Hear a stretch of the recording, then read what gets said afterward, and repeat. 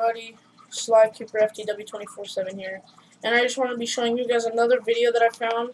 It's GameSpot's On the Spot show, and I'm just going to show you the first beginning part where it's just going to tell us about Sly Cooper Thieves in Time.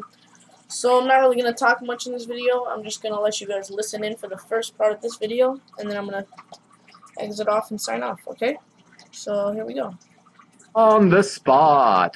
We're mere days away from the release of Mass Effect 3, but that's not stopping us from loading up anything we can get on the game. Post-apocalyptic Earth a little too much for you? How about a post-apocalyptic city in I Am Alive? We've also got Sly Cooper Thieves in Time, and round out the show with some Journey. Wait, no. Other Journey. That's better. Alright, here we go, folks. We're live and on the spot.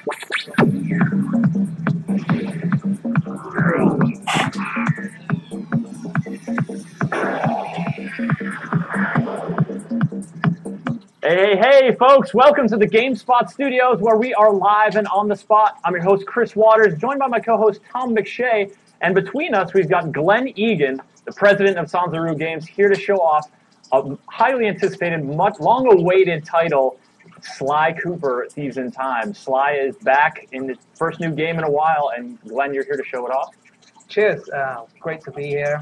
Yeah, we're going to be showing off some new stuff. We're going to be showing Sly, again, he's Sly Cooper Thieves in Time. He's going to travel back in time. He gets to meet all his ancestors that we heard about in all the original games. And so we're going to be showing off a chunk here where Sly has traveled back to medieval England. And he's actually going to get to meet his medieval English ancestor, Sir Gareth Cooper, a very sort of bombastic, knightly character, and maybe his knightly abilities don't quite live up to his rhetoric, but he's very entertaining. He talks a big game. Yeah. He's out there. Because Sly comes from a long line of thief raccoons, stretching back Middle Ages and further, and so here we are. You described it very eloquently in our discussion before the show as a Rube Goldberg circus death trap machine, I believe. Yeah, so Gareth has actually been imprisoned inside this sort of mad circus, and here Sly is actually going to endeavor to break him free. And here we're going to see a new costume that he's going to be getting in medieval England. The very dapper costume, yeah. That allows him to shoot arrows that create rope pathways that he can then use to traverse all the way up through this giant circus net. Because he appears to be working without a net. Yeah, we're going to see if Haley board his A game and if he can manage to stay above the ground. And so costumes are really a way to sort of expand on Sly's abilities as you move through the game. But the cool thing about costumes is you retain them, and then you can go back and forth through any of the episodes that you encounter. And then a costume may provide you with an opportunity to unlock an area or get somewhere where you couldn't get to before. Okay. So this kind of adds to the replayability as you can move around. And this level here, we kind of call it, the level structures kind of follow similar to Sly 2 or 3, where you sort of have a massive hub environment. A lot bigger now on the PlayStation 3. And then spokes that run off it. And the hub environments tend to be sort of non-linear kind of gameplay. You can take on the challenges in any order. And then a spoke would be more directed kind of platform action like you're seeing here. And here we're actually, getting to learn how to use the costume as you move through it. And essentially, by the time you get to the end of this spoke, you'll be an absolute pro. And then you can go out into the hub world using it, just in regular gameplay. So are the spokes generally where the time travel happens, and then the hub world is more of a consistent period of time? Well, every time period that you travel to will have its own massive hub. Oh, its own hub world, and then its own spokes as well. Oh, I gotcha. And Kaylee's doing pretty good here. On track. It's a little tricky. So do you guys work at all with Sucker Punch, the previous developer of Sly, or do you just jump out and do your own thing? Well, they're real busy, so we have to go drag them into it every 5 minutes, but we're always in close contact. We send out builds, we send out scripts about where we're heading with the story. You know, but they're very supportive, and they look to us to, okay, you know, take it where you think it should go, kind of thing.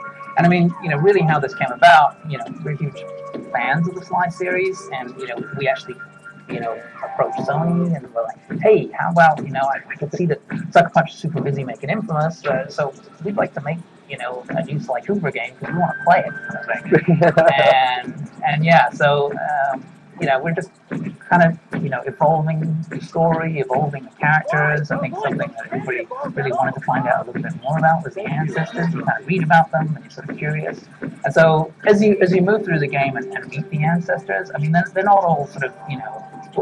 You just totally just showing us what happened. They're not all like Sly Cooper clones. They're all different. They have their own personalities, their own abilities, and you'll actually get to play as those characters. So you can learn those abilities and, you know, use those as you go through the episode. Okay. So what are the different other types of characters you meet? Well, you get to meet Sir Galloth here, and we've also announced that you will meet Ryuichi Cooper, your feudal Japan ancestor. He's got ancestors all over the world. Oh yeah, they are far and wide, and scattered through time. So yeah, there's a lot of variety, and I think that, you know, that's the kind of thing that gets reflected in the gameplay. You know, it's not a game that's sort of like, okay, take the character, just upgrade. It's a game that, you know, as you play through it, it expands. You know, there's different characters, there's different abilities, different techniques that you learn. It's like a tree, and then you can take on any of those gameplay, you know, challenges in any order that you want. You know, if you like doing this, you like doing that, you want to play with Bentley, you want to play with Murray, you can do any of those things. You know, there's just so much variety to it. Now, I'm sure fans of the series would think us remiss if we didn't follow up on the mention of Bentley and Murray. They're back, of course, and we've all the same voice actors are back to do Sly and Bentley and Murray. Mm-hmm. You know, we had to look around a little bit. We had to, you know, go find them. And So they still got it? Did they have to get them back into, you know, they still like got it. anthropomorphic turtle? It took them a little while. Oh yeah, they still got it. Yeah, Bentley is just he's just amazing, and to meet him is, you're like, wow, you kind of look like Bentley. It's pretty cool. He's, you know, character becomes a part of you, right, as an actor, even as a voice actor. He's in there. And yeah, even to the composer of the music, Peter McConnell, he's back on board as well. And yeah, we're really, you know, it's just, we're not trying to, you know, just totally head off in left field. We want to evolve it. We want to take everything that people know and love and expand on it, you know. So, you know, if you love the previous series games, you know, you're gonna love this one. But it's not like you have to know about it, you know, to get into it. It's very, very accessible. Good shot there, Kaylee. It's a little tricky. Got it on the second try. Always gonna make it in time? I think so. Oh, yeah, there it is. Oh, you like paused for dramatic effect there. It was a nice touch. And so now here we're gonna actually get to meet Sir Galloth, and he's been placed in this rather demeaning jester costume, and he's a little, you know, reticent to the idea that he would actually need rescuing, you know, per se, because he's you know, a gallant knight. But Sly persuades him that it's probably best to, you know, get out there. Yeah. Yes, that. You know, good thing he can So, how long have you been biding your time? It's a short discussion.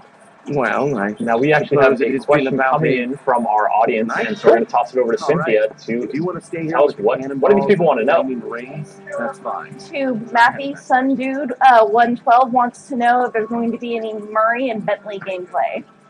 Oh yes, definitely. You will definitely get to play as Murray and Bentley. You know, they're still a big part of the Cooper gang, and you know, again, they got some new gadgets, they got some new techniques, they got some new moves that we're going to be rolling out a little later. But yeah, definitely. Now, Sly recently had an adventure where he teamed up in cooperative play with some other iconic PlayStation-associated characters. Are you guys playing around with the idea of any kind of cooperative play at any point? Okay, guys, I'm going to have to pause it here. I'm going to make a part 2 because I only have 10 minutes in this video. So, I'm going to end it in like a couple seconds.